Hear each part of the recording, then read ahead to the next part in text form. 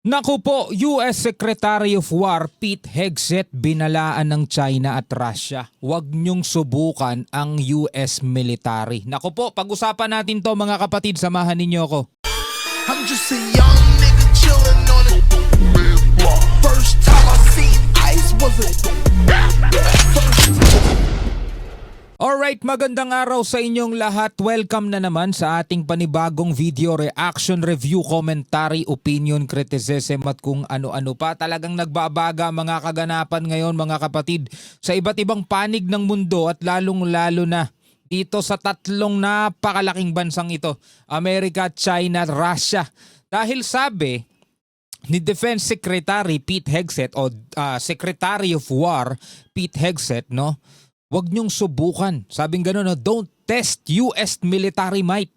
Sabi rito, Hegseth to China and Russia, don't test US military might. Binasa lamang natin yan, no, sa title nitong balitang panonoorin natin. Again mga kapatid, hindi ako ang magbabalita sa inyo. Sineshare ko lang sa inyo, binabahagi ko lang sa inyo yung balitang makikita na natin internet. Tapos, binibigyan natin ng reaksyon, binibigyan natin ng komentaryo. Okay? So samahan ninyo ako mga kapatid, pwede rin kayong magbigay ng comment ninyo sa comment section sa ibaba. Pero bago natin to simulan, kung trip mo yung mga ganitong klaseng reaction video sa mga nangyayari ngayon sa ating daigdig, huwag mo kalimutan mag-subscribe. Click mo na rin ang notification bell para ma-notify ka whenever na may mga bago tayong reaction video tulad nito. At kung ikaw naman ay nanonood sa ating FB page, syempre huwag mo rin kalimutan mag-follow and like. Maraming salamat sa ating mga bagong followers dyan at laging nakaantabay at laging nagkokomento sa ibaba. Maraming salamat sa inyo. Alright, so wag na natin patagalin pa. Panoorin na natin to mga tol. And in a stern warning to China and Russia, US Secretary of War Pete Hegseth said that the US is rebuilding military dominance to a level so absolute that its enemies would not dare to test it. So ngayon ay mas lalo pa daw nilang pinapalakas ang puwersa ng Amerika to the point o to the level mga kapatid na hindi mangangahas ang kanilang mga kalaban na subukan ang kanilang puwersa. Sabi rito mga kapatid, mula rito sa description ng balitang ating pinanonood, basahin lang natin ng bahagya. Defense Secretary Pete Hegseth delivers direct warning. Direktang warning to China and Russia after flawless Venezuelan Operation Nabing Maduro. Military dominance is back. Don't test us. Sabing gano'n, wag nyo kaming subukan. Trump era power projection on global display. Actually mga kapatid, kung titignan mo kasi talaga, kung iisipin mo lang Maduro ay hindi basta-basta barangay captain lang, no? Hindi siya basta-basta ordinaryong citizen lang. Isa siyang mataas na tao. Actually, siya yung pinakamataas dito sa bansang Venezuela. Pero overnight, mga tol, overnight, no, nagawa ng US ang kanilang misyon. Walang nagawa yung mga air defense system ng Venezuela. Hindi nila na-detect yung paparating na banta o paparating na panganib. No? At dumating ang Amerika doon sa kalagitnaan ng gabi at naisagawa nila yung kanilang operation ng tawag dito flawless. 'Di ba? Nahuli nila si Maduro mga tol. Nakapasok sila at nakalabas sa loob ng Venezuela nang walang galos. Piruin mo yun Ibig sabihin, ganun katindi yung puwersa nila, ganun ka-advance. At maging yung mga ipinagmamalaki ng China na kanilang mga tawag dito, kagamitan galing sa kanila na ginagamit ng Venezuela tulad ng mga air defense system, walang nagawa. Diba? Tuloy natin. Hegseth delivered these kind of remarks at Newport News shipyard as part of a nationwide defense tour.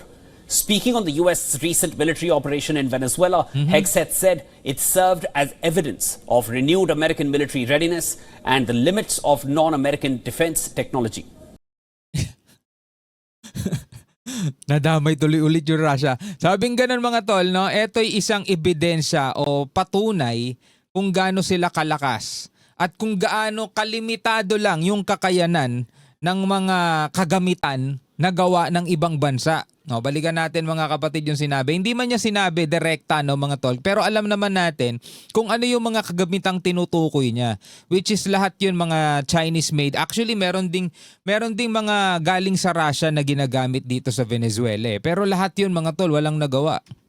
Newport News shipyard as part of a nationwide defense tour. Speaking on the U.S.'s recent military operation in Venezuela, Hegseth said it served as evidence Ano, it served as evidence of renewed American military readiness and the limits of non-American defense technology. and the limits of the non-American technology. Diba? Kanino bang teknolohiya yon? Kanino bang teknolohiya yung JY-27 na isang parang napakalaking mukha nga siyang billboard ng kabitan ng billboard. Alam niyo yung kabitan ng billboard? No, pakita ko lang sa inyo saglit yung picture kaya ako sinabing mukhang kabitan ng billboard. Ito yung itsura nun mga tol, JY-27. Ito yung pinaniniwala ang sinasabing ito'y gawa ng China. O di ba mukha siyang kabitan ng billboard sa EDSA? My goodness. Sabi rito, sabi ay Chinese-made type JY-27. So Chinese nga mga kapatid, no? Gagawang China. Mga tol, etong JY-27 na to na mukhang kabitan ng billboard sa EDSA. No, balik tayo. And third, we're reestablishing deterrence that's so absolute and so unquestioned that our enemies will not dare to test us. You see, under the previous administration, whether it was the debacle of the withdrawal in Afghanistan that cost American lives and smeared our reputation, whether it was the war unleashed in Israel after October 7th by Hamas, or the war in Ukraine that never would have started under President Trump, the world started wondering whether America really was strong and whether America really could lead. Well, that's over now. Hegseth Wonder yung iba, nagtatanong-tanong sila, kaya ba talaga ng Amerika? So ngayon, ipinakita na ulit ng Amerika yung kakayanan nila. also issued a sharp critique regarding the effectiveness of Russian air defense systems in Venezuela. The U.S. Secretary of War said that Russian systems failed. O yun pa, Russian system pa pala. Ando doon din yung Russian system mga tol. Failed, sabing ganun. Hegseth also issued a sharp critique regarding the effectiveness of Russian air defense systems in Venezuela.